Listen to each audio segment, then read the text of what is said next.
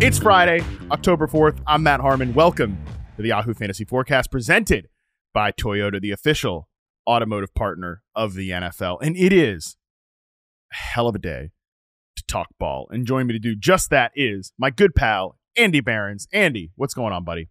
Hell of a day to talk ball. This is a fun week. I thought that last week, some of the lineups I was setting were pretty miserable, but they had nothing on week 5. These now that we have buys and a ton of injuries, I got some crappy lineups out there. These aren't Cam Akers lineups exactly, but I got some really bad lineups out there. Yeah, I'm in actually the Kings Classic League where I stepped in for your spot actually there at the Fantasy Football Expo, Scott, and I discussed those drafts, and we discussed some strange players that we had drafted, things like that. The waiver wire on those two leagues are ultra depressing. Depressing. Every now and again, I'll just go poking around there because I've got some worthless players on my bench that if you're starting them, your fantasy season is over. And these have two flex spots, so you got to start some weirdo players, things like that. Every now and again, I'll just go scouring through the waiver wire and just okay, who's the most rostered player that's on the waiver wire who's available? Usually it's like Khalil Herbert or something like that, 8%, 5% rostered, but he's on the waiver wire in these leagues. I did look yesterday right before bed, like a very healthy, normal person doing the, in bed, scrolling the waiver wire. And I was like, oh, Cam Akers, 30% rostered, dropped in one of these leagues where you got to start a billion people, just rage dropped. I don't know who it was. Some analyst that you guys would probably know, rage dropped Cam Akers. So that's where we're at in these leagues. And then in the Kings Classic, you end up spending obscene amounts of fab on the worst players, the very worst players, because you get toward the end of the season and it's going to be a name like Cam Akers and you're still sitting on $45 and you're like, shoot, 41 for Cam Akers. Let's do it.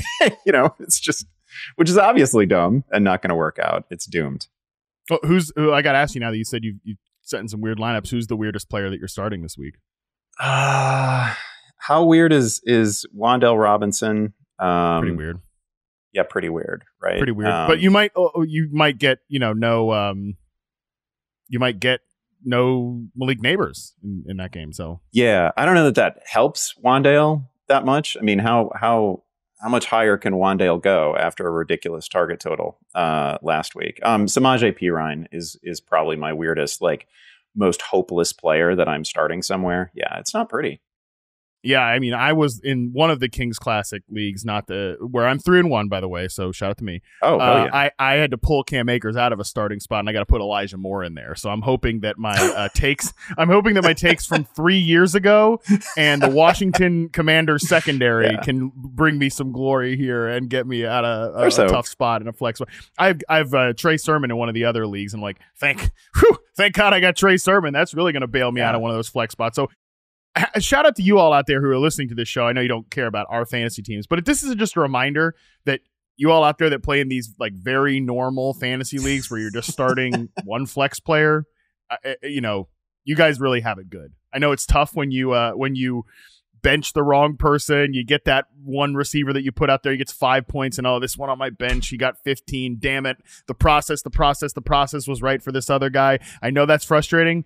It can't possibly be more frustrating than I got to start Elijah Moore or Samaje Perine and really hope this goes well. So, all right, that's enough blabbering about our fantasy teams. Let's talk about the week ahead here. And this is how the preview show works if you're new. Andy joins the first part of the show every Friday. He talks through 3 burning fantasy questions that he wants answered every single week and 3 matchups that he says deserve your attention. And we do have some really good ones to talk about this week. Then in the back half of the show, Tera Roberts joins me to identify the make or break players that could determine the outcome of your fantasy matchups this weekend. And then we will end the show with our keys to winning each week. I really hope Elijah Moore is somehow on Tera's make or break players. All right. With that, let's get into the 3 burning fantasy questions that Andy wants answered this week. And you're actually going to start in the Elijah Moore Bowl. I'm so pissed I've said Elijah Moore's name 5 times to start this show. I just said yesterday on Twitter when quote tweeting a fantasy point separation stat, not talking about Elijah Moore. And people aren't you going to acknowledge that Elijah Moore is on the top 7 of this list? Nope. Actually, for my mental health, I don't discuss Elijah Moore on the internet anymore. But apparently on podcasts, I can still do it. Andy, please take the reins from me so I shut up.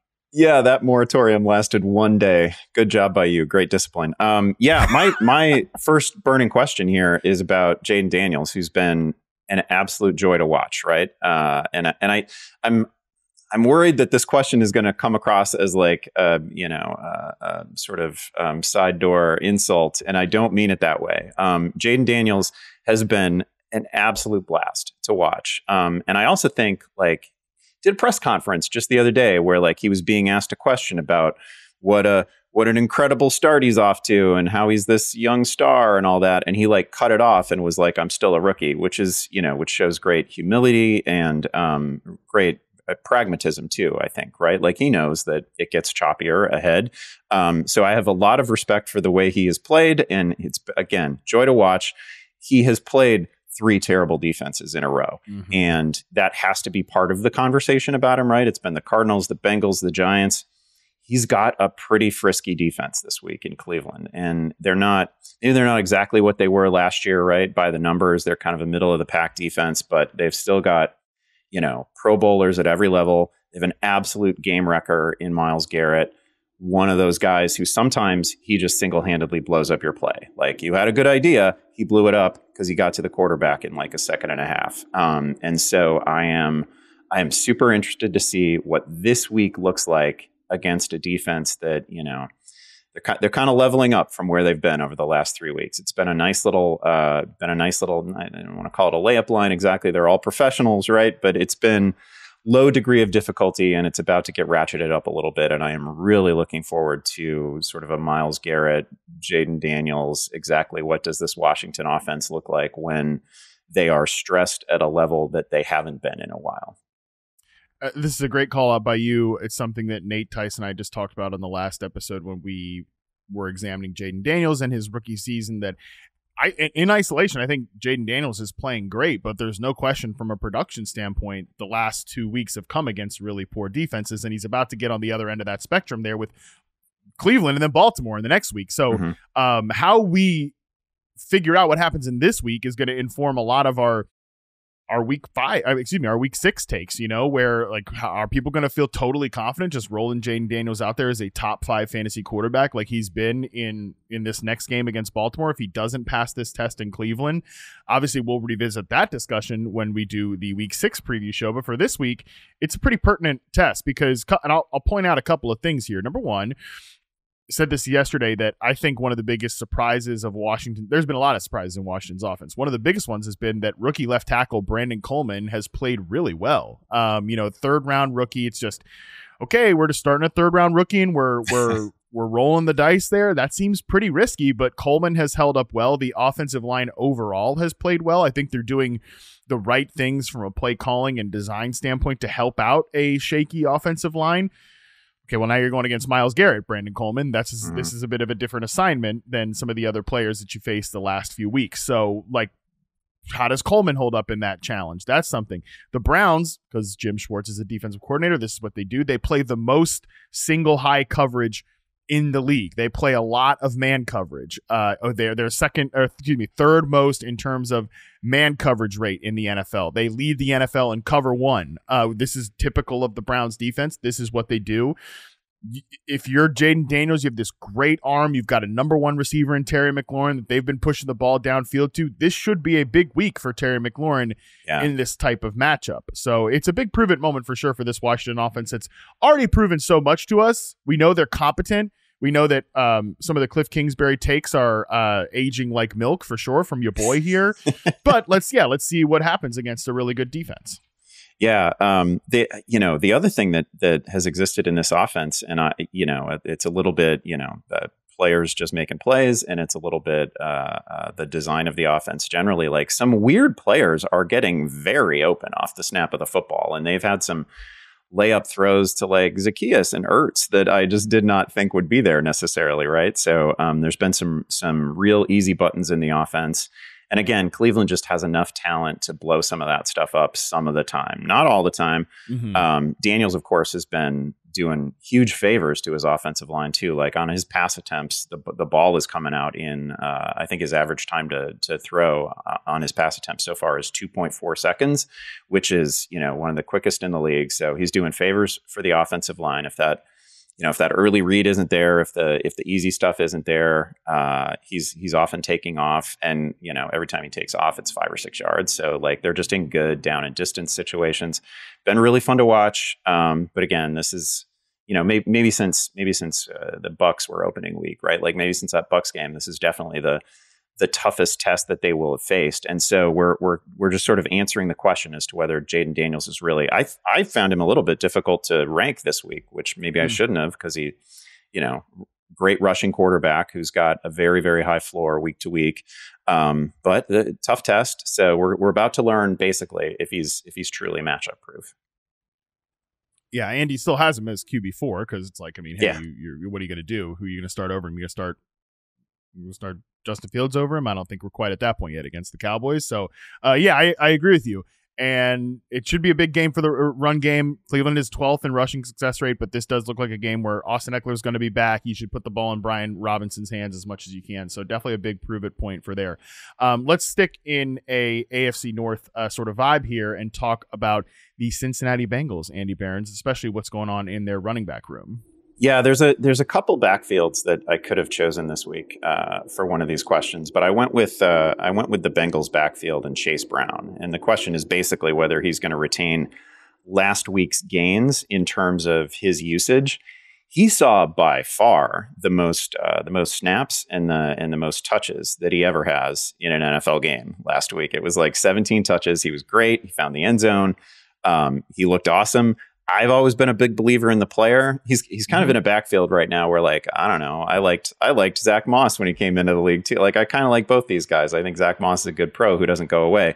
But this was a huge surge from Chase Brown last week. And I don't know that either player is going to have a big day against Baltimore, because they've been a weirdly lopsided defense, generous to the pass, very tough against the run so far. So it could be that we don't get some huge day from Chase Brown, but I still think it's a really important question as to whether, if he's seeing 40% of the snaps and like half the backfield touches, that really changes the equation here, because I think he's really got some juice. Like, I've always really, really liked this player. And if he surges and he comes close to leapfrogging Zach Moss, I think that's a big deal. I feel like the most likely outcome, because you're right, this game against the Ravens is a tough run defense. They are number one in rushing success rate allowed, actually by a lot. 27.8 rushing success rate allowed. Second place is the Chargers. Shout out to the Chargers. Their defense is quietly been very good this year. And it feels like every time they play somebody, particularly last week against the Chiefs, it's like, which we'll talk about in just a second. It's like, what's wrong with the Chiefs offense? We know they do have issues. Like I said, we'll talk about them in just a second, but Chargers defense is good. You've got to give credit to the other guys on the side of the ball. But my point in that I'm saying is that Ravens are number one, 27.8 rushing success rate allowed. And then the Chargers are number two, 33.3. There's a pretty decent gap between them and the second place team. And there's a big bunch of teams there in that 33% range. So tough matchup for this Bengals backfield. But I'm with you that the biggest thing here is that if we get another game like that from Chase Brown, forget the results, more so the usage perspective. I feel like both of these guys actually will end up being, I don't think, you can tell me if you disagree with this, but I don't know that Chase Brown's ever just going to push Zach Moss completely to the side, to the point where Moss is irrelevant. Most backfields don't work that way, despite what we want in fantasy football.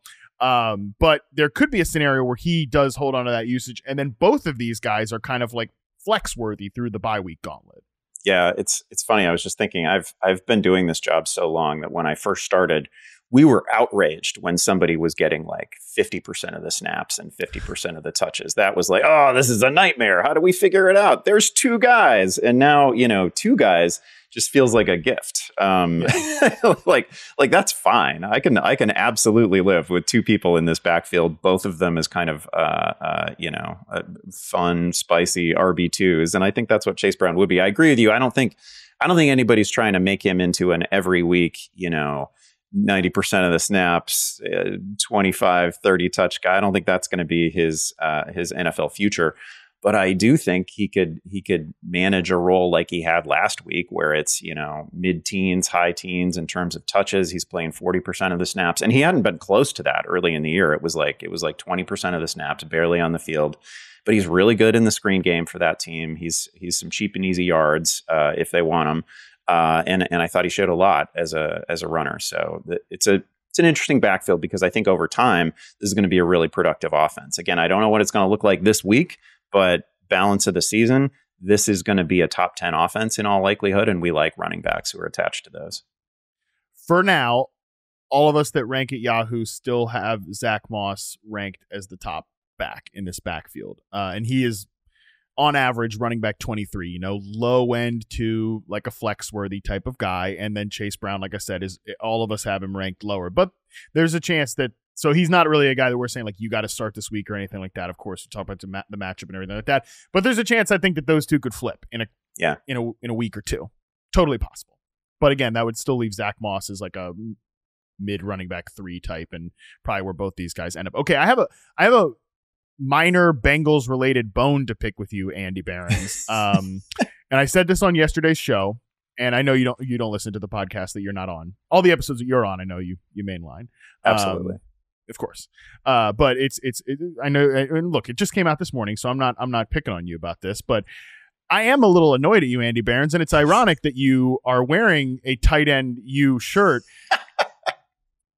Eric All, okay, this tight end that's got 4 catches on 4 targets in 3 straight games. The real fantasy hipsters online can't shut up about this guy. Is like, if he's on waiver wires in your dynasty league is basically a bunch of nerds and goofballs and people who don't pay attention. Like, let's get serious about dynasty fantasy football here. Everybody, some of this Eric All guy, he's an Iowa tight end, and I don't know a damn thing about him. Andy Behrens, I never heard of this guy until he starts like catching four passes every single game. So why have you not given?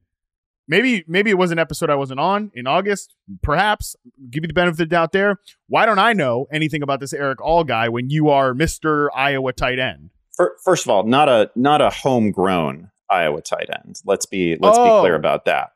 Not an organic, non-GMO. Like, this is your high. Now you're highbrowing right. Iowa tight ends. We didn't raise him from a pup. He's he was a sort of later ad Iowa tight end.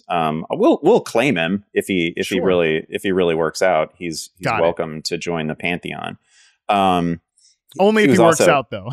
He was also like the second best tight end on last year's Iowa roster too. I don't have a problem with him. He's just not like alone on this team, and he's nowhere near the top of the receiving hierarchy. But yeah, like promising player. And the thing with the dynasty guys is, man, anybody who flashes for a second and they all freak out about the long-term potential and he's the dynasty tight end, whatever, 5, 4, 3, whatever. I don't know. He had a very short-lived Iowa career, so he doesn't get full Iowa credit with me. And again, Luke Lachey was the Iowa guy on last year's roster that I think you will want long-term, not even in the league yet. Any relation to Nick Lachey, or is that just a coincidence? Not that I know of, but I can't rule it out. All right, cool. So on the fantasy note, yeah, Eric All ran 18 routes to 38 to Mike Gesicki in the last 2 weeks. But he does have 8 targets to just 6 for Gesicki. So situation to monitor, but I did want to pick that bone with Andy Behrens because I'm a little upset. I know nothing about this guy, and he goes to the best collegiate university, especially for tight ends. All right, let's move on. This is enough of this Eric All discussion. He's come up way too much on this podcast here. Let's discuss the Kansas City Chiefs, who maybe could use a guy like Eric All, because Andy, who scored points for this team? Yeah, the question I put in the document was just like Kansas City's remaining skill players, and then just waves arms, right? This is a wild situation. To lose Rashee Rice, Hollywood Brown, and Isaiah Pacheco is crazy. So we are going to be asking a lot of some weirdos now, right? Mm-hmm. Like Juju Smith-Schuster re-enters the picture as sort of that, short range. Maybe he can satisfy some of what Rashee Rice was doing in a far less explosive and less reliable way. We're gonna lean on Justin Watson to some extent again. The backfield isn't clear to me. I know that Kareem Hunt, very popular ad each of these last 2 weeks, and he's coming off a productive week. I don't like just my own initial watch of that game and my rewatch of that game. Like, I thought he was fine. And if you want to tell me that you think he was a little better than he was last year, I'm open to it. It wasn't a particularly flashy game. I think he hit every hole he needed to hit, and he got the yards that were immediately in front of him. I don't know that I saw anything that means that Clyde Edwards-Helaire can't step into a huge role in Kansas City's backfield, though. So like everything is just unknown, and they're all tied to a quarterback who I think is still the best in the league, right? So I can't say that there's no upside there, but it's just such a rogues gallery of names, and it is a true guessing game right now. I have no idea who's going to lead that team in receiving this week. It's probably Travis Kelce, but until they actually add someone, and I think we expect them to try to be aggressive in the trade market. Obviously, Devontae Adams the biggest name, but there are probably some other names who are going to be available. I just don't have the slightest idea what this is going to look like, but I'm not sure it's going to be the Kareem Hunt show, and I'm not sure it's going to be the Travis Kelce show. Man, and they're going against a Saints defense that's a top 5 pass defense. Yeah, it's not exactly like they're coming into a cakewalk matchup here, and obviously it's fantasy podcast. We focus on the skill position players. We focus on the fact that Isaiah Pacheco, Marquise Brown, and Rashee Rice are, we are taping this Thursday late morning, almost afternoon. We don't know what is going on with Rashee Rice yet. It's crazy. Yeah. Okay, it's crazy that it's been this long. Whole separate discussion. The fact that these guys are probably going to miss a significant time this year is just wild. You're right. But the biggest problem, honestly, to me with watching the Chiefs offense is I do think the offensive line has taken a step back at multiple spots. Obviously we know they're cycling the left tackle position because Kingsley Suamatia did not work out really as just the day one starting left tackle as a rookie. Wanya Morris is back there. That's been an issue. Some of the interior play has again been an issue. That was kind of a problem to start last year too. I'm sure Trey Smith and the boys will kick it into overdrive. They'll do the Travis Kelce. They'll kick it into overdrive when the games really matter. But it's definitely an issue on the offensive line right now. Just for context, too, Andy has Patrick Mahomes ranked as his 12th quarterback this week. And you're not exactly just going to get the guys ahead of him off the waiver wire. The least rostered player is Justin Fields at 51%. So Andy's not sitting here telling you, and really no one that ranks at Yahoo is sitting here telling you you got to pick up, I don't know, Trevor Lawrence or Derek Carr and just start them over Patrick Mahomes. But you could tell me how when you rank players, when I rank a guy at QB 12 or QB 13, whatever, I'm definitely telling you it is within the range of outcomes that he can get outscored by Geno Smith, Dak Prescott, Kirk Cousins, any of these dudes here this week. Yeah, under normal circumstances, I don't feel different in any significant way about everyone from the QB 10 to the QB 18, right? Right. It's totally. That's usually a very tight group. And when you look at weekly scoring leaders, you're going to see people very clustered in that range too. There's not a ton of separation. One of the questions that you have to ask yourself is, and with Patrick Mahomes, you always kind of lean on the side of the ceiling for Patrick Mahomes in any given week is full of miracles, and it gets them to a huge point total. And he can erupt in any given week. He's great.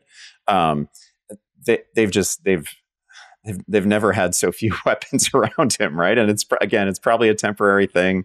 Pacheco hopefully comes back later in the season. Hopefully they are able to address receiver in some sort of meaningful way via trade. But right now, I don't know. We're going to be asking Xavier Worthy to do things that maybe he's not ready to do. There's just so little explosiveness outside of Worthy in this offense right now. I don't know exactly where the points and yards come from. So it's really difficult to talk yourself into this, top 5 week from Mahomes, I think, given just the current supporting cast. All right, Andy. So those are the 3 questions you wanted answered this week. We got a listener question on the email. And look, I kind of want to do this every single week. So folks out there, if you want to send in not a straight start sit question, I want this to be bigger picture than just do I play this guy or that guy? Okay. Cause it's just, I know I realize I ranted about my stupid flex spot to start the show, but for the most part, we want to keep it a little bigger picture than your specific lineup question. But like, if you have a big burning question that you want answered every single week, feel free to send it in to fantasymailbag@yahoosports.com. I liked this one that we got from Sugarfoot. Sent in this email, which again is pretty crazy. This person has actually reached out to the show before, which is one reason I wanted it in. One, I thought it was a good idea to get some users and listeners in the show, but also because this is a pretty good rant. They start the email with the subject line, "I'm an idiot. Nico Collins rant again, year 2, SMH. Hello again. I reached out last year because I'm the dummy that picked up DJ Moore over Nico Collins right after his explosion on a Thursday night football game. I play in that insane league that I detail below. So for background, it's a 10-team, 2-quarterback league, blah, blah, blah, all the typical stuff. The interesting dynamic is that there's no IR spot and only 3 bench spots. So it forces, which is just, you're begging to hate yourself with this. So it forces us to add/drop talent, keep the waiver wire deeper, and forces us to make painful trades or add/drops because you can't hoard talent on your bench. Well, I did it again this year. I passed on Nico Collins. I drafted Stephon Diggs, who hasn't been a complete bust, but alas, nowhere near the elite production Nico Collins has had this year. Also, as a deep QB2, I drafted Caleb Williams over Jayden Daniels. Well, I'm here wondering, am I a dummy for, this is the bigger picture question I'd like to discuss. Well, I'm here wondering, am I a dummy for waiting on Cooper Kupp, or should I quickly add the likes of, again, this is a deep waiver wire because of 3 bench spots, Jackson Smith and Jigba, George Pickens, Jordan Addison, Xavier Worthy, or Xavier Legette? For context, again, the waiver wire is deep. I know you all are not the spoon-feeding podcast, but just tell me, be patient. I feel like injury timelines have been harder to discern this season, more than in years past. Thanks, as always, Sugarfoot. I wanted to just throw this to you, Andy, because I think this is a problem that people are facing because there have been so many injuries. Yeah. I get people that send me their lineup and it's just like, who do I drop to pick up this player that I need to play this week? Obviously, most waiver wires are not going to have damn George Pickens and all these guys on it, so take this specific league out of it. When you're dealing with lineup management, right, and there's all these injuries, you don't have IR spots. Not everybody has IR spots like us sickos where we have 4 or 5 or whatever. There's no consequence to the bench. How do you advise people manage that when, like, yeah, we want to wait on Cooper Kupp, all these guys and this stuff, but like we also need to score some damn points. Yeah, these are really the toughest drops, right? Like you can work yourself into a state of confusion looking at like all your backup running backs that you've got on your bench, and can I drop Trey Benson or should I drop Trey Sermon or should I drop, like you can, but those aren't really difficult drops. The difficult ones are, it's Cooper frickin' Kupp, and he could save my season in the second half, except I don't know if he's going to be back in week 6, week 8, week 9. There's a level of uncertainty there. And then, also it's Cooper Kupp. He could re-injure this thing. He could be dealing with it all year.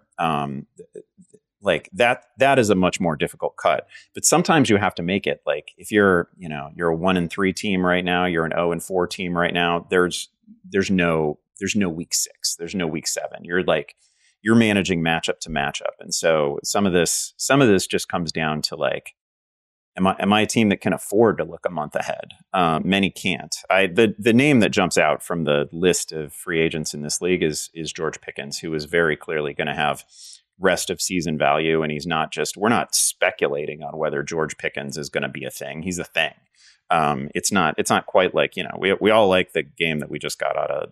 Look at that was super promising, but that might not be an every week occurrence with Pickens. They're going to work him really hard, and he's like the one guy in that offense that we can feel good about at any given week, even if they're, it's not exactly a dynamic passing offense necessarily. They're not trying to put the ball in the air 40 times, and yet Pickens is still going to get his opportunities and probably get his numbers most weeks. So I would make that trade. I would make that exchange, Kupp for Pickens. I think I'd feel fine about it. I also want to compliment the format of this league, and I know it seems maddening to people, but this is something that Pianowski and I talk about all the time. Like, it's really fun to have a league or two where you have to make very difficult choices, and the waiver wire is actually full of some fun names. And the reason that it's full of some fun names is that you can't stash everybody in the league. You can't hide all the backup running backs until the starter goes down. Like, I like a league that forces difficult choices. I like a league that doesn't have IR spots quite often. I have one league in which if we don't have unlimited IR spots, we have like 8 or something. We have a stupid total of IR spots. So like everybody is stashed. Nobody's out there. We have huge benches too. And it just, I don't know, makes the league a little bit less fun because you're week to week, your options are dreadful. Yeah, I'm with you. It's definitely fun. And the words of Scott from the Panic Meter Pod are echoing in my head that, look, most of you out there listening to this show are not going to have to cut Cooper Kupp, but you're occasionally going to, as Scott said, if you don't make one regretful drop during the fantasy season, like you're not trying hard enough. And especially if you are like, you're in a hole here, you're behind the 8 ball in terms of the record and the rest of your league, you've got to make some pretty painful cuts. And yeah, you might have to cut, I don't know, some rookie that it might be the second half hero, the Amon-Ra St. Brown of this year, the rookie that hasn't established himself yet, but is going to win people leagues down the stretch. Maybe that is Xavier Legette. I don't know. You might have to cut that player at some point because they're not going to start. I mean, Legette probably can start for your lineup right now, so it's a bad example. But you guys get what I'm saying here. Like, you got to occasionally do that to try to win weeks right away. So I thought that was an important discussion to have because there's so many injuries right now that people are probably having a tough time managing their benches. And I think it's just a good reminder, like, hey, you gotta live in the moment every now and again. You can't have all the injured players stashed and all of the like late upside ticket players stashed. I will say I don't know that Sugarfoot actually is Sugarfoot, right? Sugar? Correct. Is that the flavor of the foot? I don't know that Sugarfoot mentioned their record specifically, but like, we harped on the idea in the preseason that, you want to try to win September. You want to try to get out to a hot start. And one of the things that we talked about was like, what the playoff probabilities are for teams that start 0-3 versus 3-0.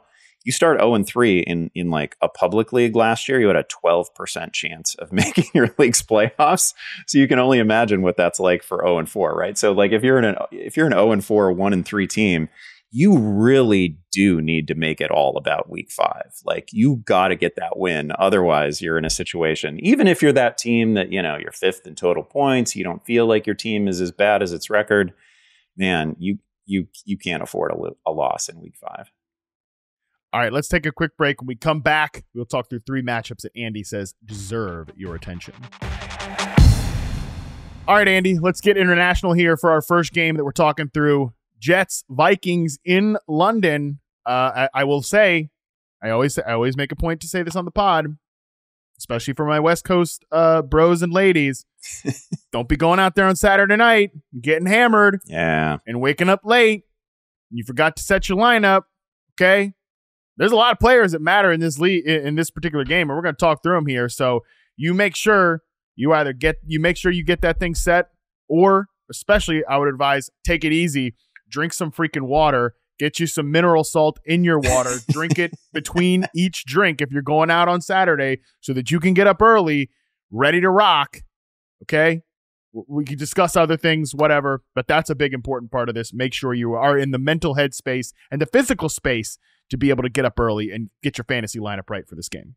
Yeah, I don't love every London game that comes around, but man, this one's really fun. And first of all, you said it, like, this game involves like 3 guys who were probably among the first 12 players taken in your draft, right? Like the stars in this thing are huge.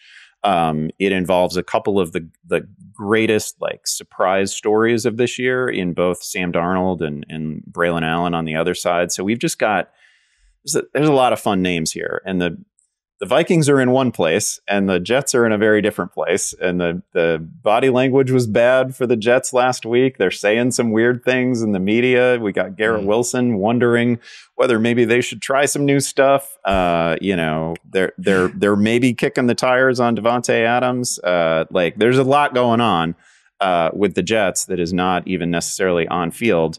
Aaron Rodgers a little bit dinged. There's just a lot of storylines that you can pick from on the Jets side. And then, man, Minnesota has just been a blast. And Sam Darnold is playing his best football. It's I guess you could force a Sam Darnold revenge game narrative onto this, although Adam Gase is not on the other side. So it feels a little bit ill-fitting.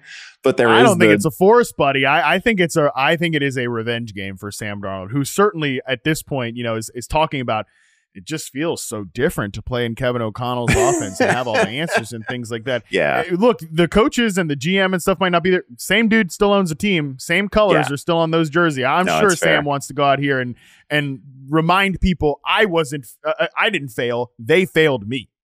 I guess that just feels like an entirely different NFL era to me. It feels so long ago because some of the names that were attached to it have just not been on our radar in a long time. But you're right. I'm sure it's very fresh in Sam Darnold's head.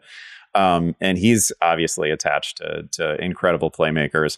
Really fun to watch that Flores defense against Aaron Rodgers here. And man, what a dud from the Jets last week. Like, what a crazy dud from them.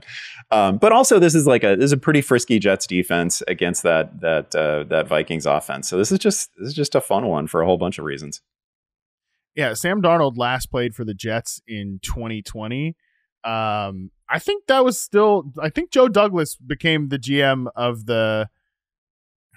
Joe Douglas, Mechanicville, Virginia. Joe Douglas. Yeah, he did become the GM in 2019. I didn't think about that. Joe team. Douglas, I guess, would be the connective.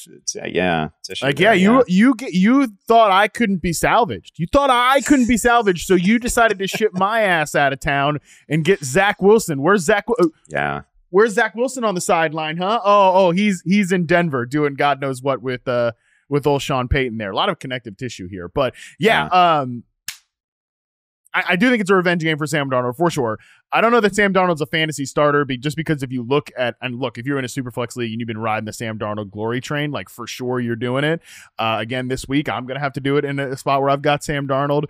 But like the Jets defense we know is great against the pass. It's not going to keep you from playing Justin Jefferson. It might make you not want to play Jordan Addison, those type of guys. But they have been not that great against the run this year, 27th in rushing success rate. So I do see this coming off his own revenge game as a pretty nice game for Aaron Jones.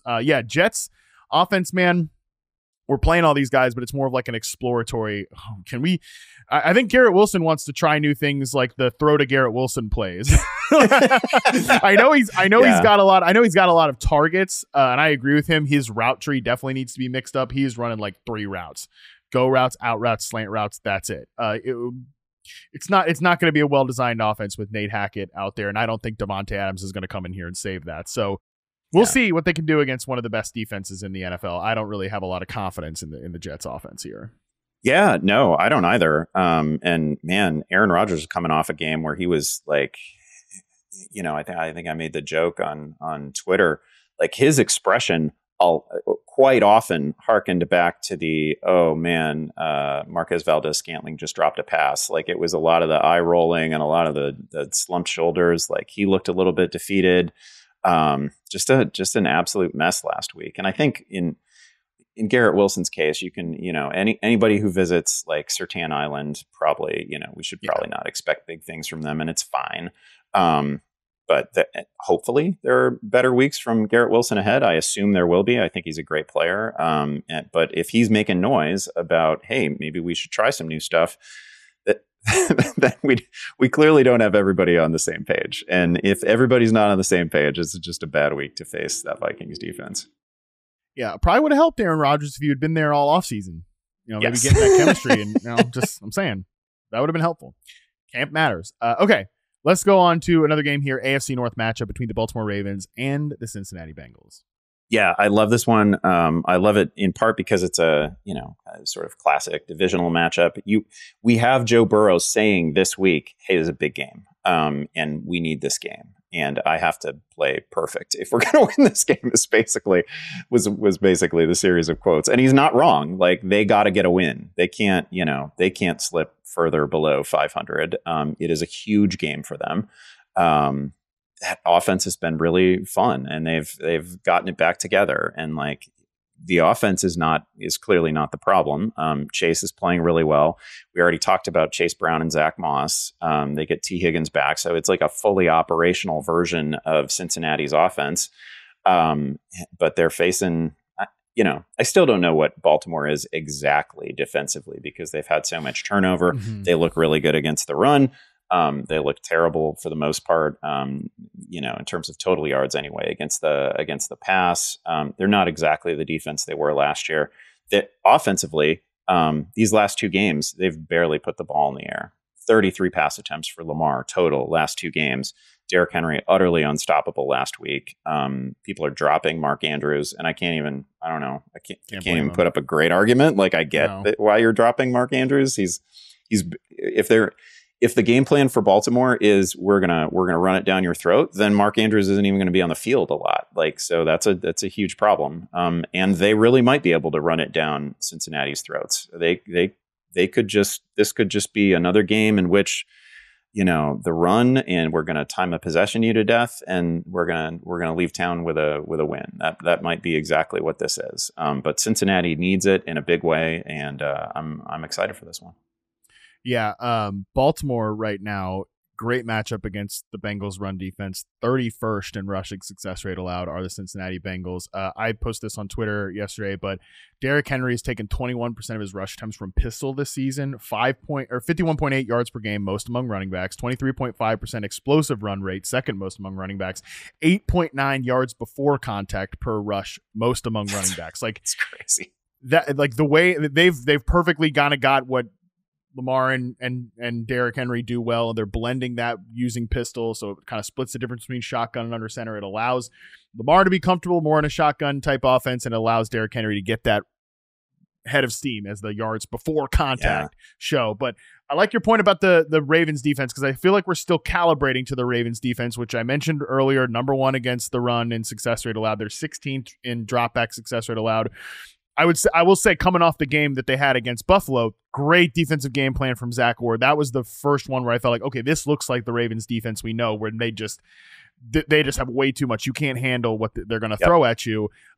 Very different receiver room, freaking Keon Coleman and Mac Hollins outside. Now you've got Jamar Chase and T. Higgins, a little bit of a different beast there. So that will be an interesting thing to watch. And the only player I would say, just want a quick temperature check on this player, like Zay Flowers. I mean, he's a guy that had great usage in the first couple weeks of the season, and now he's just not been a big factor from a production standpoint because of the way they're playing right now. And Lamar even said it this week, like, we don't care about your parlays, any of that stuff. We're out here trying to win games, and we know how they're going to want to win games and how they can win games right now.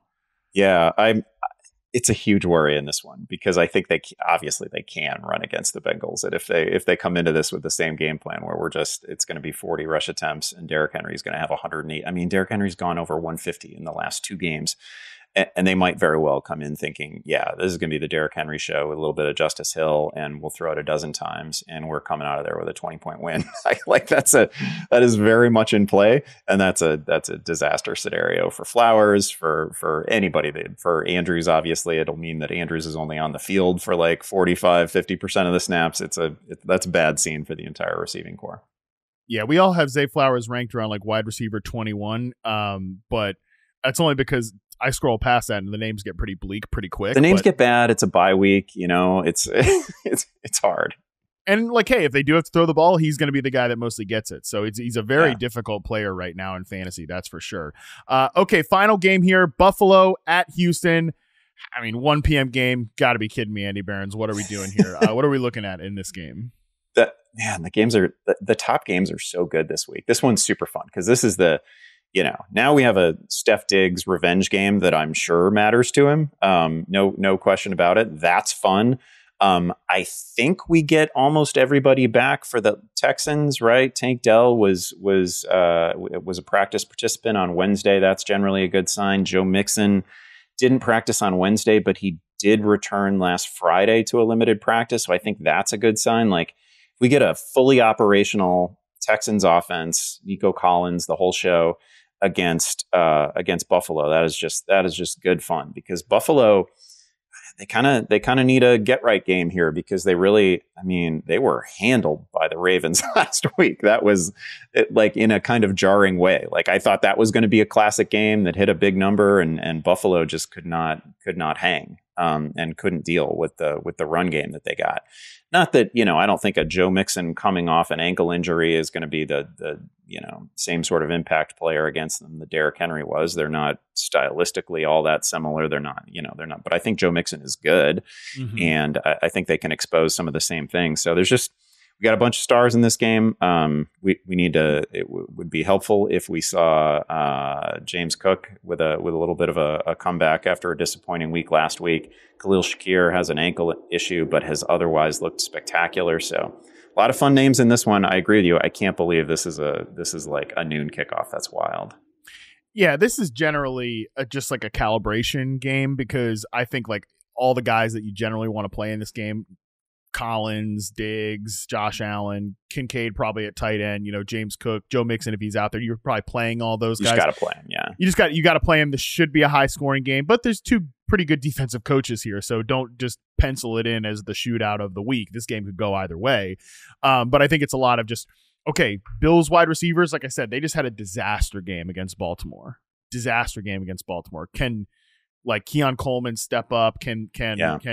Can they get Curtis Samuel more on the field? Samuel's a guy who's probably just been dropped in mass, and like I get it because he's not playing at all, and you got to score points. But like you watch the film on this team, they need Curtis Samuel on the field. So especially if Shakir is not out there, can he give them anything? And then Mixon in the Texans run game, man. I mean, I think it's pretty clear that Mixon makes a pretty big difference to this team's run game. So you're playing all of these guys for sure. We'll see what Tank Dell does coming off another injury, unfortunately. A lot of things at play here, but generally I think we know where the ball's going in this one, which is nice. Andy, anything else before we let you go? No, it's a loaded week. It's a fun week. I wish I had some better rosters rolling this week, but I'm looking forward to it. Not a single Bears mentioned from Andy Behrens either. So look at the maturity. Kind of in my feelings about the Bears right now. I'm very conflicted about some things. Totally understandable. Totally understandable. Yeah, if we get to almost minute 50 on the pod and it's the first Bears reference, we've done pretty well. So that is pretty good. That is the note we are going to end it on with you, Andy. Appreciate you as always. We will see you as always after the dust settles on Sunday. After the break, Tera Roberts joins the show to share her make or break players for week 4, including at least one guy we've kind of already said is a little bit shaky heading into this week right after this. Joining us now, as she does every week here on the preview show, is Tera Roberts. Tera, what's going on?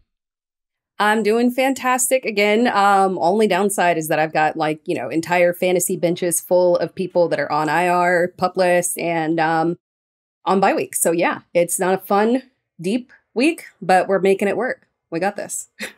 Well, I don't know if we got this, but we're definitely making it work. I'm sure you've got this. So Andy and I started the top of the show basically having the same discussion. So I have to ask him, I have to ask you, just like I asked him, who is the weirdest player that you're starting this week?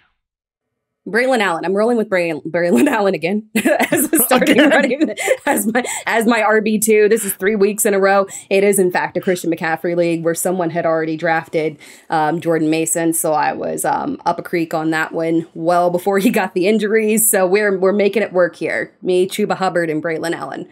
We got this. When you said Braylon Allen, then you said again, that made it. That made the answer perfect. So look, we all got to do some weird stuff here in the fantasy football season and start some players that we don't feel that great about. But hey, at least Braylon Allen is carving himself out a nice little role there in the New York Jets backfield. Let's dive into this here, Tera. This segment, as always, not really a strict start this guy, sit this guy. We don't do that spoon feeding nonsense here on this particular program, but we do kind of want to paint the picture, range of outcomes of some of these players that could make or break your lineup this week, Tera, as we do every week. Let's start off with the guy who Andy and I discussed a little bit in the earlier part of the show, and I'm fascinated to kind of hear you weigh in on his what I think are a wide range of outcomes this particular week. That's Baltimore Ravens wide receiver Zay Flowers. Zay Flowers, I really didn't think that he would ever be in our make or break, considering where we were drafting him and how comfortable we were feeling. But here we are, coming off of 2 weeks of very disappointing performances for him. He started off the season fantastic. Target leader in terms of the receiving core, aside from that one little blip that we had there with Isaiah Likely. Everything was looking fantastic. And then Derrick Henry came and started dominating. And I don't think it's a coincidence that those first 2 games, Derrick Henry saw fewer than 20 carries. Lamar Jackson had more than 30 attempts. Zay Flowers had perfectly fine, reasonable games. Then over the past 2 weeks, we get that massive uptick in production. Derrick Henry is now carrying the ball 24, 25 times. All of a sudden, the Ravens have this massive drop in pass volume. And we've got Zay Flowers here for the past 2 weeks with a total of 6 fantasy points in half PPR, 4 receptions on 6 targets, 30 yards. Again, those are totals for 2 games. Yeah, it's been a bad stretch here. That's bad for 1 game, let alone 2 as a whole.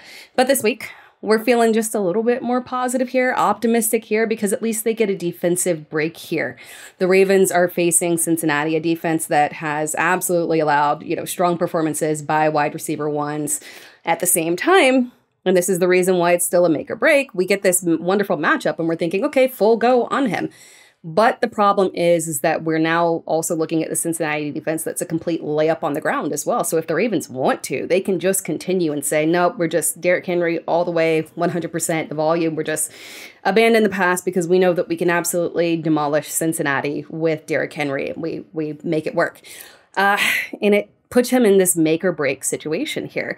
But given the matchup, I want to be on the side of, personally for me, leaning towards not benching him and trying to see if we can experiment here and say, okay, good pass matchup, more pass volume, Flowers will be fine. So it's one of these kind of situations where you may be coming off of these 2 poor performances, you're thinking about benching him, but there is some bright side here to him. He could have a high upside game. Yeah, I think a lot of the points there you just mentioned exactly lay out sort of the problem with Flowers this week and the volatility overall. Bengals are 31st in rushing success rate allowed. The Ravens are 32nd, dead last in the NFL in neutral pass rate over the last 2 weeks when they've really gotten this Derrick Henry thing rolling. Why would they not want to just saddle up the big dog with 20-plus carries again, in this particular matchup? So it's like, yeah, Flowers could come away with this one with another 5-target game. And we know his usage is mostly short and underneath, which I don't love. I'd love to see them. I think it was pointed out in the game broadcast last week. Chris Collinsworth pointed out that they were using Zay Flowers to stretch out the field, using his speed to open things up for other players underneath. A lot of it ended up being Justice Hill, but there were a few plays for Nelson Aguilar and some of the tight ends and things like that. Not Mark Andrews. He doesn't exist anymore. But some of the other players on Baltimore's roster, I'd love to see them use that speed and uncork it maybe once downfield. So it is very much like a touchdown or bust type of play here for Zay Flowers. But I'm with you. He probably ends up being a flex play for most people. I think, Tara, it's just about when we outline the range of outcomes like this, hopefully it just gives people sort of what to expect from him and then kind of how to adjust the rest of your roster along with it. Yeah, for sure. If you've been coming into it with a negative point of view, there is some hope here. So you have options in terms of where you want to go. All right, your next player here is Denver Broncos running back Javonte Williams. What a journey it's been for Javonte Williams so far. Oh, what a journey. And I feel like maybe I'm not the best person to try and be positive about Javonte Williams because quite frankly, I 100% wrote him off before the season began. You will not find another player that, sometimes, Matt, with players that you don't want to draft him, but you always end up with a couple of shares because you're playing multiple leagues or you say, I like the value here. He is definitely not that player for me. 0 shares of this one. Yeah.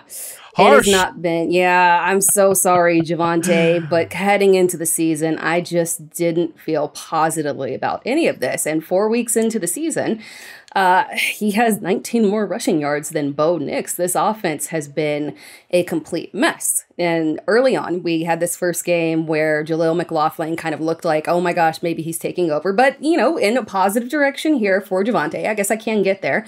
He at least has looked over the past several games like he is the clear clear lead back in that offense. Particularly last week, his best performance of the season, had 16 carries. He had a strong performance that you could look at and say, okay, maybe if we really get him in an advantageous matchup, he's got the bulk of the carries, maybe the offense can flow a little bit better, and we can finally get a situation where we get a Javonte Williams, let's even say like a mid-tier RB2, just a decent game from him to be usable.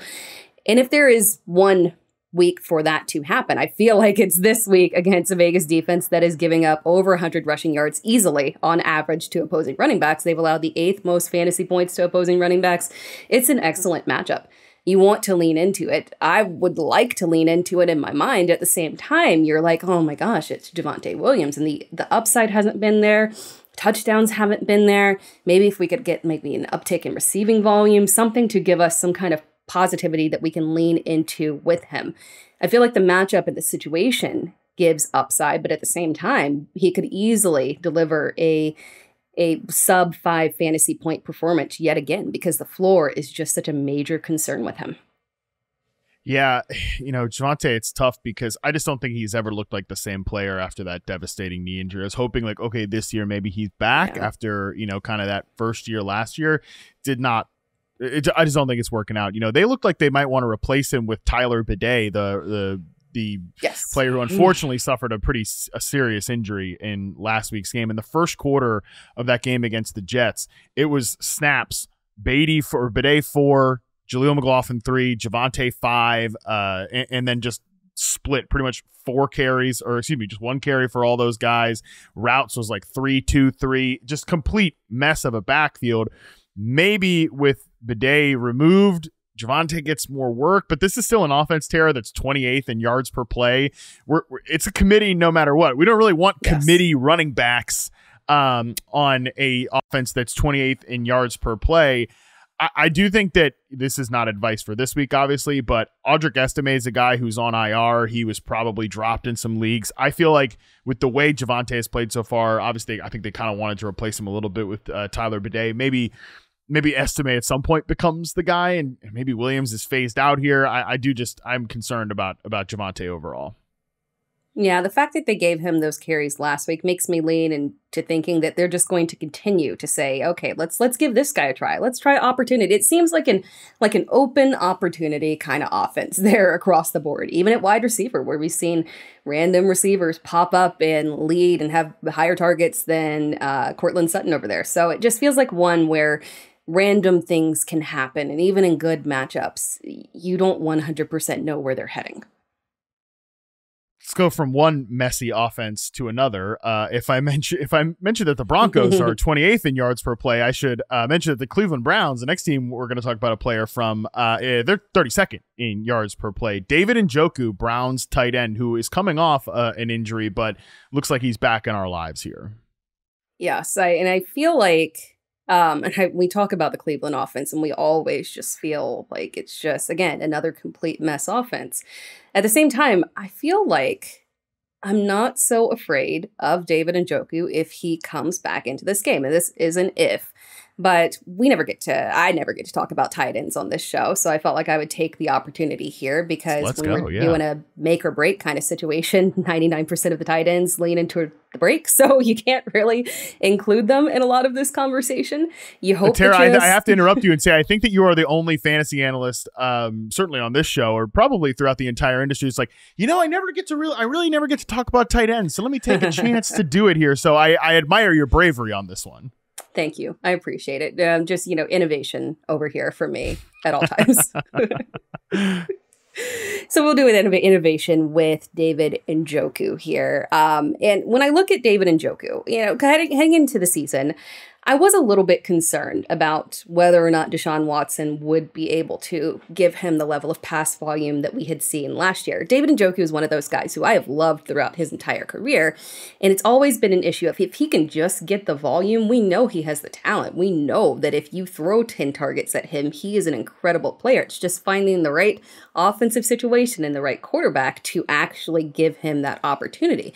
And while I don't know if we're going to see that level of usage here, even in a fantastic matchup, what I do know is that, again, tight end has been absolutely awful. And when we look at David Njoku, even in just week 1, playing just 28 snaps, still at that, he got, enough to be an average points per game, literally like a top 10 tight end 10 in half PPR, outperforming guys like Kyle Pitts, Travis Kelce, Sam Laporta. So we can't be picky here. I do think he has a valid role within that offense. And usually with guys coming off of multi-week injuries, you're like, they might slow roll him in there, maybe limited and not going to see a lot of action here. But quite frankly, I think maybe a limited version of David Njoku, a 50% version of David Njoku, especially in this matchup, could give us more upside than a lot of streaming tight ends. So I'm honestly not as scared of this one as you might feel like I should be. I love this call out for multiple reasons. First of all, David Njoku is 77% rostered in Yahoo leagues right now. I know most of the people listening to this podcast are screaming, not in my league, big fella. I get it. But there are leagues out there where he was dropped because of the injury. I mean, shoot, that's a lower roster percentage than like Pat Fryermuth or Evan Ingram also coming off of an injury.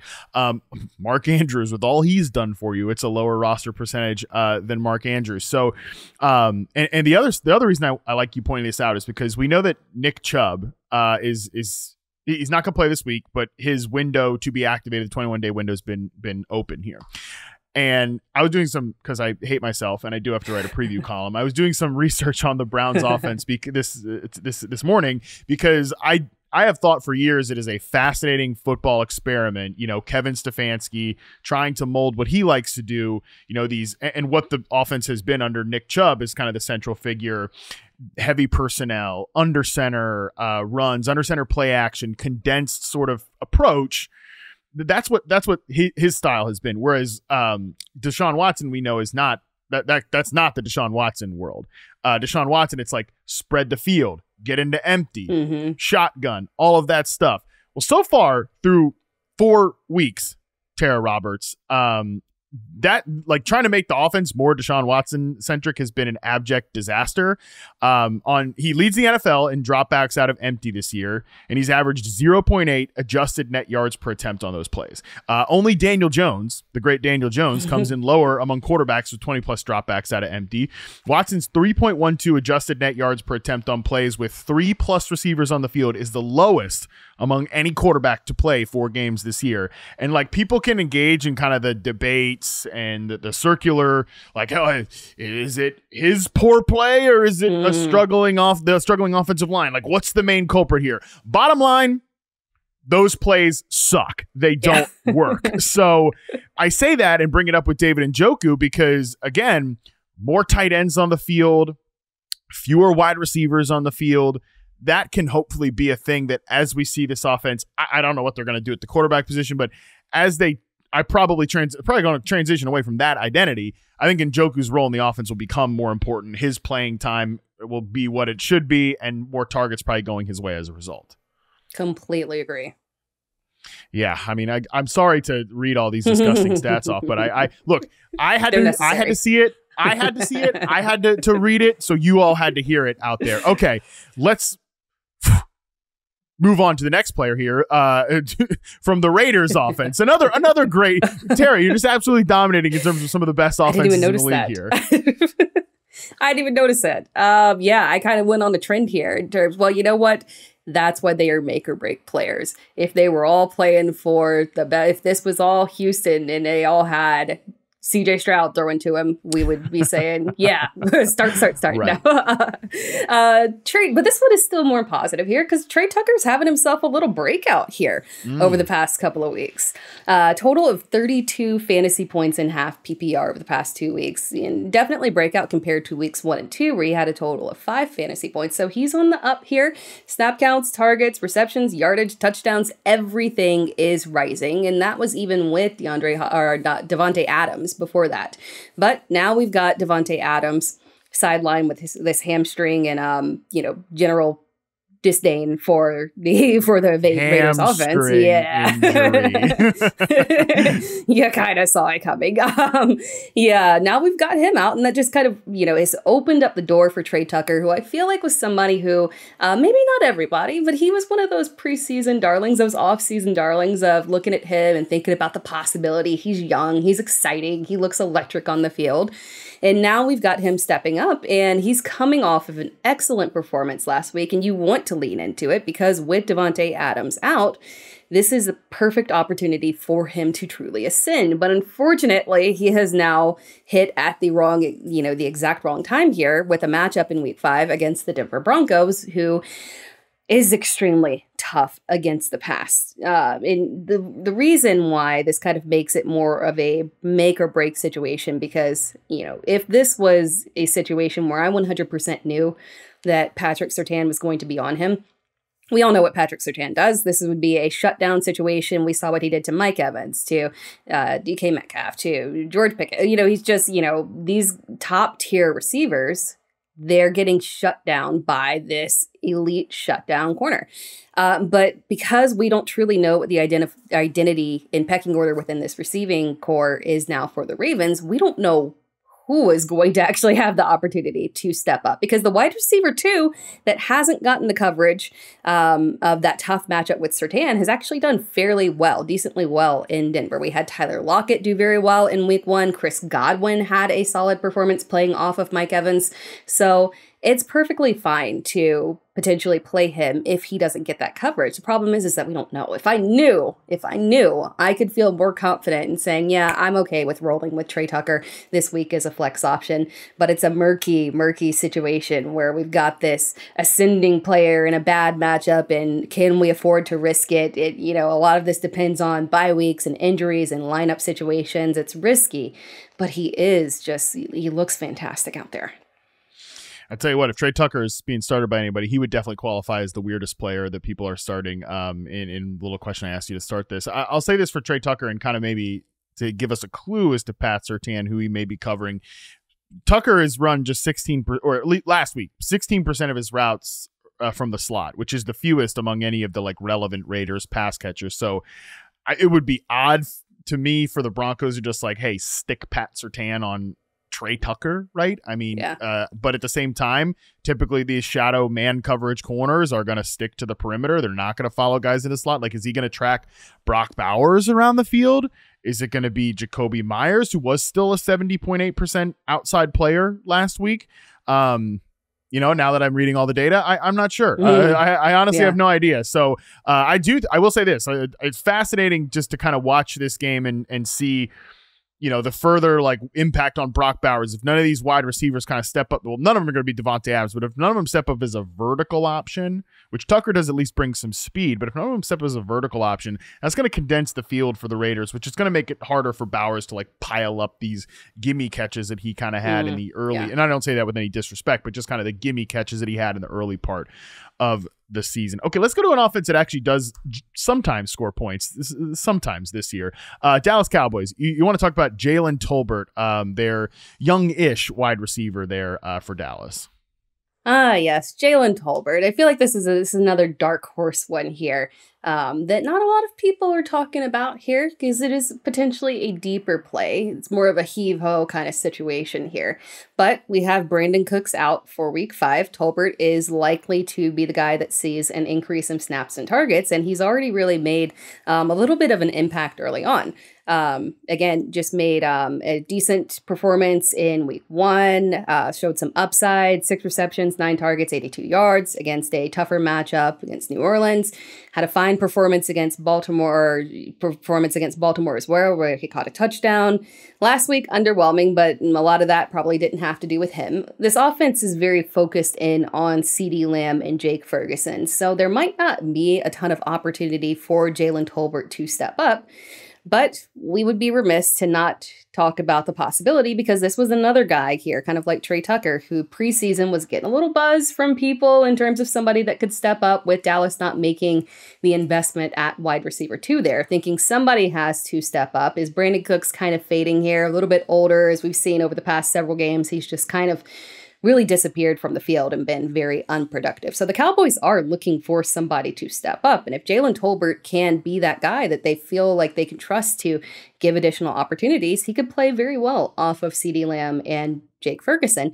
But again, this is a very boom-bust situation, especially because we've got a situation where the Cowboys are facing the Pittsburgh defense. This might not be, now granted, last week was a kind of an odd matchup there, but maybe this is not a situation where they're aggressively pursuing volume through the air, maybe a lower scoring game, kind of a situation, again, like last week against the Giants, where there's not a ton to go around outside of those first two looks. So this could be a boom performance for him, or it could be a bust performance for him, kind of a make or break in deeper league situation if you're having to go and find somebody with all of these struggles on bye weeks. Yeah, I wonder where we see CeeDee Lamb take most of his snaps in this game, because obviously when they have Brandon Cooks out there and it's Tolbert, they can throw CeeDee in the slot. He's a 56% slot player on the season. He can obviously win outside as well. I mentioned this because Joey Porter Jr. Is a great cornerback for the Pittsburgh Steelers. I think he's one of the young, ascending corners in the league. Much not to Pat Surtain's degree, but he's one of these guys that will track top receivers, but he doesn't go into the slot. 2% of his snaps have been in the slot this season, according to Pro Football Focus. Does that mean Tolbert ends up tangled up with him? And that would obviously, I don't know if that matchup favors good old Jalen Tolbert, but you're right to point out, Brandon Cooks, number one, not an impact player really anymore at this point, not consistently. And Tolbert's a guy that they've been high on at times. Producer Colin, noted Cowboys homer, wants you to remember the name Ryan Flournoy, 6'1", 200-pound rookie out of Southeast Missouri. He's a sixth-round pick. We'll see. I mean, this is what we're talking about with Dallas. They got a lot of questions in the receiver room. So Tolbert's a guy, I think at least if you have deeper leagues, I would at least stick on the back of your bench and just see what happens. So even if you don't have to start him this week, I think he's a good name to mention here. You brought up Dontavian Wicks, Tara, at the start here as a weird player that you're starting. I mean, I got Dontavian Wicks. I'm excited to start him in a few spots because I mean, I'm a big Dontavian Wicks fan. I know you are a Packers fan. We also know that Christian Watson likely on a multi-week absence. We just found out literally right now, Matt LaFleur says that Romeo Doubs, a personal issue, did not practice here on Thursday, and when asked about it, said that the Packers are going to take it day by day in terms of Dobbs' availability for week 5. So we could be down 2 Packers receivers this week, which means, hey, Dontavian Wicks, pretty exciting. So Tara, Dontavian Wicks, should the people be excited if they got him? Yeah, let's close it out on a good one here. Save the best for last here with Dontavian Wicks. The upside is always there for him. It's just a matter of the opportunities. And it's weird as a Packers fan. Sometimes, I get Christian Watson. I get the upside. I get the investment that they've made into him. But at the same time, Dontavian Wicks steps on that field. And while he does have his faults for sure, and inconsistencies there, he has such big play talent and really feels like he just, despite those issues, has earned the trust of Jordan Love, to where Jordan Love will just keep coming at him over and over and over again. And we saw it in week 4, where it was an overall rough game early on for Green Bay. Efficiency for Jordan Love was not fantastic, but 13 targets to Dontavian Wicks immediately stepped in after that early injury to Christian Watson, managed to catch 5 of them. I think that was not so much on him, just again, a rough day for Jordan Love's efficiency. 78 yards and 2 touchdowns. Fantastic game. Somehow, some way in half PPR, the Green Bay literally managed to produce 2 top 3 wide receivers. And quite frankly, it could happen again this week. I feel like I'm not being facetious on that one. We're talking about the LA Rams. That has been a little tasty matchup against the pass here. Fortunately, they're just dealing with some issues, and it's just been an overall good matchup, especially for wide receiver 2s as well. So that even leans more into favor of Dontavian Wicks here if he gets the opportunity, especially with Romeo Doubs out. But he's just got such an incredibly high ceiling. So he's one of those players that you stick into your lineup. And the possibility of him having a 20 plus point fantasy game is absolutely in in the realm of possibility easily here. We're talking about this matchup with the Rams this week being very favorable. Again, I talked about the wide receiver twos. Just wanted to talk about a few big play guys that have happened here. So again, these big play, deep threats, Jamison Williams, Marvin Harrison Jr., Jawan Jennings. These are all the receivers that have absolutely gone off against the Rams. And Dontavian Wicks does fit that profile. I think this is a perfect setup for him to have a big performance, and I do expect him to deliver in week 5. I am expecting him to deliver as well. I'm a big Dontavian Wicks fan, as people listen to this podcast know. I mean, Jayden Reed's the guy here. He's the number one, but I think Wicks is probably their second best receiver, at least in my opinion. Yeah, he beats man coverage, good route runner. He can play multiple positions, which is key here. Like if Dobbs is not out there, I think Wicks is their best candidate to take most of the X receiver snaps. So he'll get those vertical looks as well. Definitely a guy that, you know, I don't know, sit down, like do rankings, everything like that, the whole deal. But like he's a guy I'd be trying to get in my lineup this week. I have a couple of the Wicks spots I have him in. I got to make some tough decisions in terms of like, do I play him over this guy, whatever. Like, you know, actually the player I'm going to talk about in my keys to winning segment, I am debating between Dontavian Wicks and that player. So really tough, Tara. Just like give me off the cuff wide receiver rankings. You think he's like around like kind of 30, 35, or are we talking like 24-ish top like range this week? Oh gosh. I'm gonna split the difference there. Wide receiver 30, maybe. He could put you know, if Dobbs is out, I could push him a little bit higher.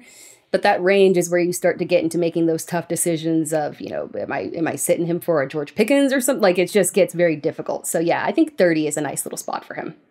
I have him at wide receiver 30 right now before the Dobbs thing becomes official. So yeah, I think we're right along the same page here. But just mentioned it. Let's toss it to our keys to winning, presented by Toyota, the official automotive partner of the NFL. And for week 5, our key to winning, as it always is picking the guys that are going to truly make the difference in your flex spot. So Tara, give me one player that fantasy managers could potentially be debating putting in that final starting spot. But you're saying, hey, it's time. Let's take a shot on this player. They're going to help you come out with a big win this week. Oh, I'm so ready to talk about Brian Thomas. I'm so excited. We started off with those first 3 weeks where he was showing promise. But again, the Jags offense was another just a complete mess offense. But last week, they looked mildly competent. Trevor Lawrence, you know, pass volume was, it was all right, but threw a couple of touchdowns. And the big beneficiary there, one of them was Brian Thomas. Finally arrived, breakout performance there. And I expect it to continue this week, trending up against the Indianapolis defense, which has struggled to stop literally anyone. Again, coming off this best performance for Thomas last week, 6 receptions, 9 targets, 86 yards, a touchdown. It was beautiful. It was dominating. It was the perfect performance that we want to see him continue and carry on to this week. I think this is where we're going to finally see Trevor Lawrence break that 300-yard threshold. Like, cross our fingers, it's finally going to happen, and we'll get a 100-yard performance from Brian Thomas with a touchdown and give him that wide receiver 1 week. I love it. Brian Thomas Jr. probably about the only thing that's going well for Jacksonville's offense right now. Yeah. So really good player to highlight. I'm actually going to stick in that same game and talk about Colts wide receiver Michael Pittman, who in the first few weeks of the season, really rocky start, right? He's an up and down, mostly down player. The Colts passing offense was volatile. He comes off his best week of the season last week, and I know people are thinking, hey, is it a fluke because Joe Flacco was back there, right? Well, honestly, I don't care if it's Anthony Richardson or Joe Flacco in this game. I am starting Michael Pittman this week against the Jacksonville Jaguars. First of all, the Colts passing game is going to be in the spotlight in this one. It looks like they're not going to have Jonathan Taylor. So more of the burden is going to be placed on the aerial attack. So whether it's Richardson or whether it's Flacco, I think they're going to have to up the dropbacks this week. That works out well against this particular defense because the Jacksonville Jaguars, according to Fantasy Points data, play man coverage at 46.3% rate. That is the highest in the NFL. And it's not exactly going well for them because they rank 30th in EPA per dropback allowed. So a lot of man coverage, a lot of big plays allowed. And again, even if it's Richardson under center, let's not forget that Michael Pittman had 2 catches for 60 yards before Richardson left the game and Flacco came in. So obviously, yeah, Flacco would up kind of the projections for these short and intermediate routes that Pittman and my guy Josh Downs run. I definitely like playing Josh Downs this week as well, but I feel like Pittman's a guy who's going to get most of the volume and is somebody that can give you a steady performance with maybe even a high ceiling, regardless of which quarterback is back there. He is somebody I'm trying to get into my lineups this week. Like I said, Tara, I'm not sure if I'm going to play Michael Pittman or if I'm going to play Dontavian Wicks. That's my big debate, but I do like Michael Pittman here this week. Oh, I love Michael Pittman. I tell you, I had to bench him last week. Of course, the first time I decided I'm going to bench Michael Pittman and he goes off. So we're putting him back in and I'm counting on you. I'm trusting your advice here. I'm putting him back in my lineup and he's going to hit this week. Well, great, because I have him in 2 leagues that like 2 managed leagues. I benched him in one. I played him in the other. So I about 50-50 hated myself after week 4. So you know what? If it doesn't work out, if it sucks for you, it's going to suck for me. So we can commiserate, or you can just, rip into me on the show next week. Yeah, you can just rip into me on the show next week. Hopefully Dontavian Wicks comes through for both of us. Tell the people what you're working on the rest of the week that they can check out. Make or break column. Go read it. You can learn more about all these guys, diving more into the stats. And then, of course, you guys will see me Sunday with Matt on Fantasy Live. Yes, make sure to check out Fantasy Football Live, noon Eastern every single week. We got a Jets-Vikings game to be talking about as it's happening this week, so that's pretty electric. That's going to do it for today's show. Appreciate all of you for listening. Appreciate everybody. A lot of great month for the podcast last week. Just want to thank everybody for listening, engaging, watching on YouTube, wherever you're doing it.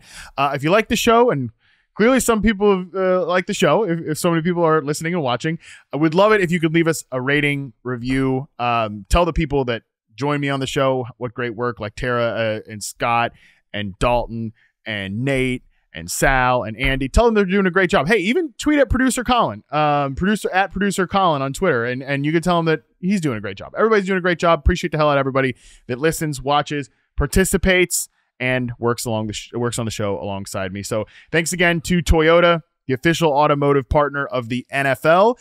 Next time you hear from us, Sunday's going to be in the books, and Andy Behrens and I will be back to break it all down. Until then, we are out.